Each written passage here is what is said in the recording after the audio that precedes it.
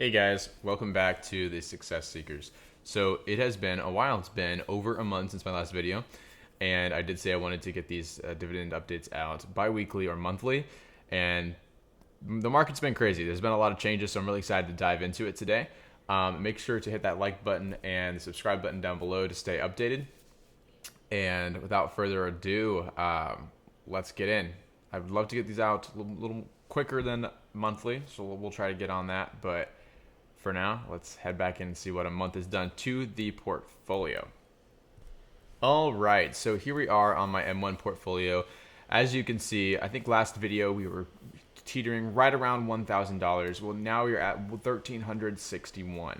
And a part of that is I've put more money in the last month, but also we have earned some dividends and some good earnings. So something you might notice right away is I've been in the red or barely in the green ever since I started making these videos several months back. So this is the first video I'm making where I am very much in the green. We are up $71.11 or 9.41% in the green. That means our money has earned us 9.41% in returns so far. Today we are up 7 cents or 0.01%. Over here, I have $24 in cash sitting in my account that's not invested. I currently have it set to whenever this buying power passes 50, anything above 50 will be invested into stocks automatically. I don't want it, I want to keep it $50, at least 50 bucks in this buying power if I can though. So that's in case one of my stocks really gets discounted and a sale pops up. A stock going down is a sale. It's not a bad thing when you have time-tested, really good evaluated stocks that you've chosen.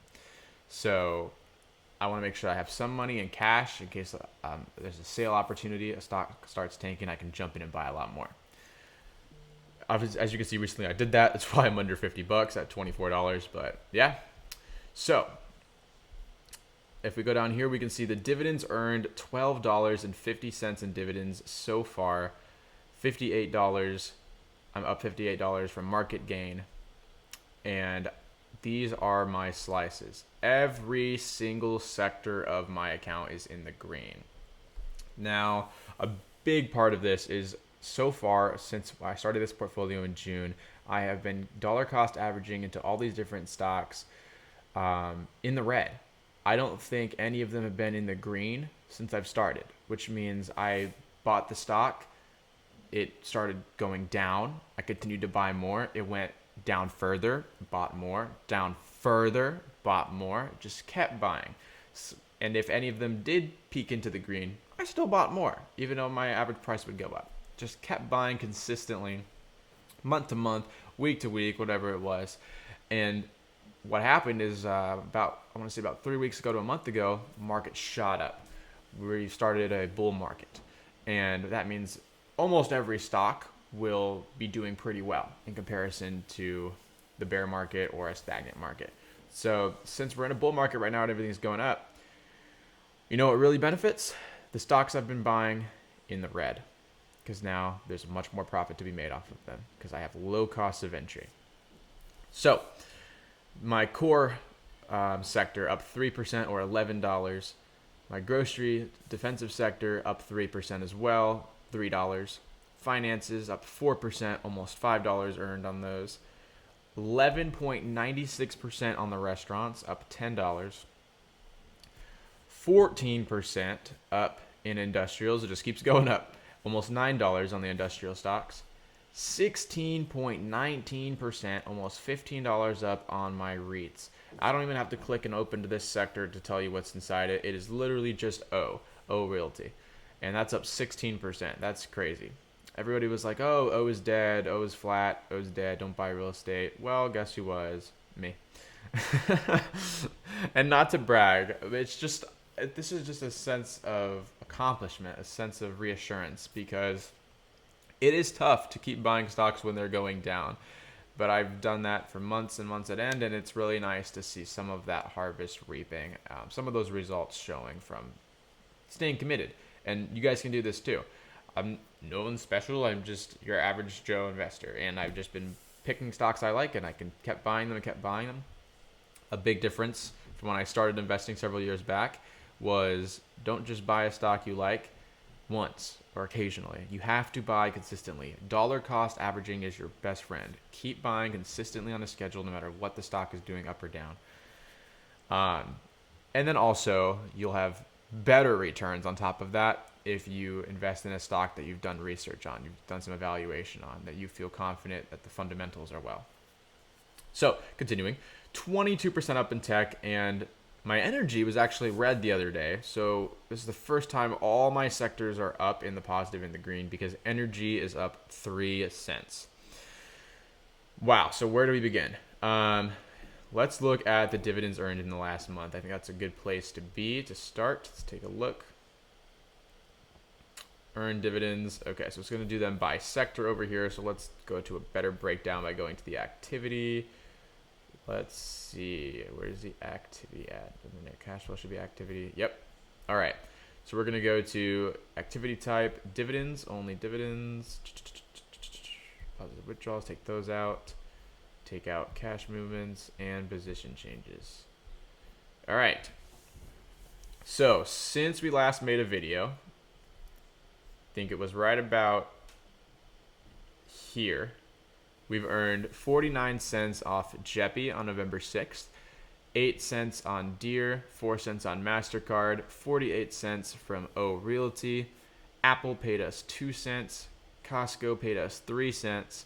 Caterpillar paid us 14 cents, 27 cents from Kroger, 75 cents from Jepi, again, 37 cents from Exxon Mobil Corp, $2.69, a nice chunk of a dividend from schd, 35 cents from Target, 6 cents from Microsoft, 16 cents from Hershey, 26 cents from McDonald's, and 48 cents from O Realty. Since the last video, I don't remember exactly, but I think it was early November, so I'm going to start us off probably around here. We have earned 52 cents, 54 cents, 57 cents, 71 cents, 98 cents, $1.73. That's $2.10, $4. About $5 in dividends, it looks like, from December 15th, the last dividend we got, all the way back to the start of November. Now, I may be off a little bit here, but with almost $1 dividends from jepi and then the over $2.50 from schd, it should be right around that $4 to $5 earned. So that is awesome. And what that means is when we have dividend earnings, those are a way that the portfolio pushes towards the green without the flux of the market. So let's say I earned the $12.50 I've earned in this account so far on dividends, right? I've earned $12.50 in dividends from this account. If my stock prices are in the red and I'm down a total of $10 off the market, the stocks are down a total of $10. My portfolio is down $10, but I have earned $12.50 in dividends. All in all, my account is up in the green by $2.50. So the more dividends I earn, the harder it's going to be for some bad days in the stock market to push my account into the negative. So that's really exciting. And we're just going to see growth from here on out. And that's the power of the dividend snowball. And as that money I earn just reinvests back into the stocks and they pay me more and more and more, it's just a snowball that keeps going. And it's really exciting to start to see the early signs of that. So heading back under portfolio, there's a couple things I wanted to touch on. Let's see, if it'll load today. Let's see here. Come on. Okay. So if we go to something I was really a big thing that happened here is obviously tech exploded. Real estate went up. Where is it? I think it's under my grocery defensive sector. So something I really am excited about in here is Target is up 22%. Target was in the negative, and it was one of my worst performing stocks in this portfolio, but I just kept buying into it because I feel like Target's not going anywhere. Women in my life love Target. My wife loves Target. My sisters love Target. My mom loves Target. Everybody loves Target. especially the women. And I don't think it's going anywhere. I think it's going to stick around. So I just kept buying into it because of anecdotal things like that, but also their fundamentals are pretty good. They're making money, and everybody was really afraid with like all the store retail robberies going on and whatnot, all the shoplifting happening, that Target was really going to suffer from it. But here we are, up 22% because earnings came back and shocked the market, and everybody was like, wait a minute, Target doesn't absolutely stink. Let's go back into it and buy. Well, I was already buying. So it's up 22%. Super excited about that. My new worst performer is Hershey now, under 20%. But Hershey's fundamentals are good. I'm still buying into Hershey. So we'll see. Hopefully that improves. But yeah, so that's my grocery / defensive stocks. My core is up, which is great because that was not up for a while. My core stocks are schd and jepi. If you remember from my last video, it was schd, jepi, and VYM. Well, I originally got into VYM because I thought, oh, it gives me a good spread into a lot more dividend stocks. It's a core one that'll grow. Let's put it in the core. But after some evaluation and seeing I think it was 20 holdings I have in my portfolio, I decided I really want to hold less stocks so I can focus on more. I want to keep only the ones I truly, really care about, and I don't want anything that seems like it's unnecessary. So when evaluating the growth section, I found that VYM and schd essentially are there to do the same thing for me. They're growth stocks, put money into them, they grow, they earn me dividends. Well, VYM and schd both earned me about the same dividend percentage, and the growth was also about the same. They were essentially copies of each other, but the disadvantage to VYM is it was so spread thin. You know, it had like 0.01% of itself in 400 different dividend companies. Well, if I wanted 400 different dividend companies, I would do that, but I have 20 stocks or under in this portfolio because I have specific dividend stocks that I care about and think will do well. So I was buying something that was not going with my investment thesis. It was spreading me out to all these different dividend companies. I don't want that. I want to be focused, concise on my investments. So I got rid of it. I sold it in the green, waited for it to be in the positive before I sold out, so I earned a little bit of money off of it. And then I got down just to schd and jepi. Now, schd, you might be thinking, well, schd also invests in a lot of different dividend companies. Isn't that spreading yourself thin? Sure, it does invest in a lot of companies, but not as much as VYM. VYM 4 or 500, if I remember correctly on the research I did, and schd I think was between like 75 and maybe 150. So still a lot of companies, but a lot less. And schd is just they call it like the dividend's best friend stock. So ETF. So I definitely feeling good about the concise investments I have in the core growth. So yeah, that's where we're at. I would say about $4 earned since the last video. Dividend earnings are up to $12.50. Market gain is $57. We're up 9%. And let me try to think. What is there anything else new I'm doing? Oh, look at that. Back in the red just a little bit here, but you guys have to see it was all green for a second. But anything else I'm doing, I'm really just sticking with everything that I've already chosen. And to go back on a recap and see what those are under holdings, we can go take a look at what I've got here. I'm down to 17 positions. Love that. It's even less than I thought.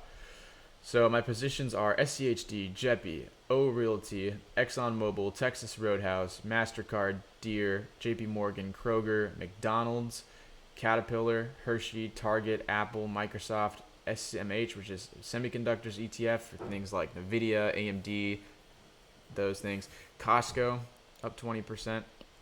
These are my 17 positions. Now, if we adjust them by their, let's see, their gains, let's do that real quick. So my best performers here, Caterpillar, Costco, and SMH. Target is also a best performer up there. Let's scroll down to my least performers and talk about those. Okay. We're down, basically break even with Kroger. That's fine. Kroger's really a dividend stock. I don't expect to make a bunch of money off Kroger. So that one I'm not concerned whatsoever about. I would be kind of concerned if it was really in the green. I'd be like, well, what happened? What fundamentally changed with Kroger? I didn't buy it for a fundamental change.